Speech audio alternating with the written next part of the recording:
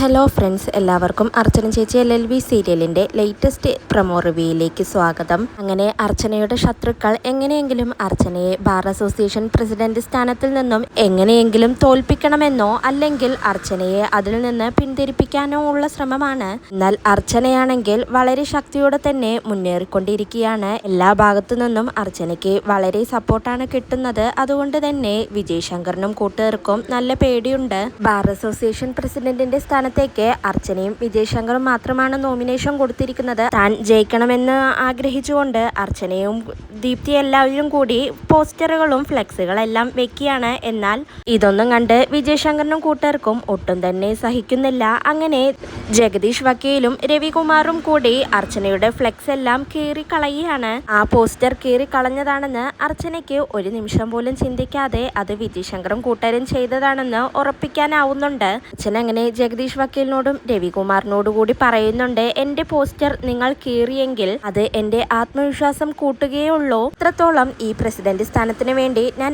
ആത്മാർത്ഥമായി പ്രയത്നിക്കും. എല്ലാം പരാജയപ്പെടാൻ പോകുന്നവരുടെ പ്രതികാരമാണെന്നും അവരുടെ ഭയമാണെന്നും എനിക്ക് നല്ലോണം അറിയാം എന്നങ്ങനെ അർച്ചന പറയുകയാണ്. ഇത് കേട്ട് ജഗദീഷ് വക്കീലും രവികുമാറും ഒന്നും പറയാനാവാതെ സ്തംഭിച്ചങ്ങനെ നിൽക്കുകയാണ്. കോടതിയിൽ മാത്രമല്ല അമ്പാട്ട് വീട്ടിലും അർച്ചനയെയും വിജയ് ശങ്കറിനെയും ചൊല്ലി വാക്ക് തർക്കമുണ്ടാവുകയാണ്.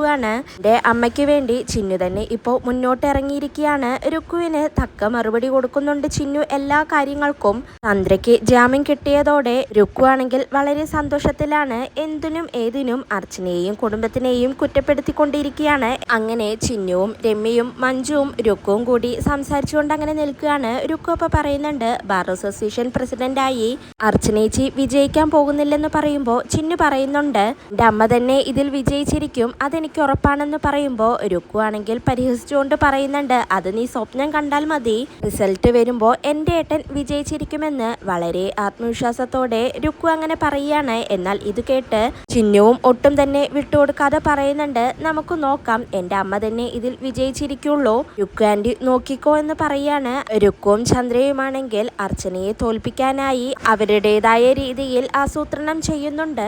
ഇതോടെയാണ് ഇന്നത്തെ പ്രൊമോ അവസാനിക്കുന്നത്. നാളെ പുതിയൊരു എപ്പിസോഡുമായി വീണ്ടും കാണാം. Bye, good night.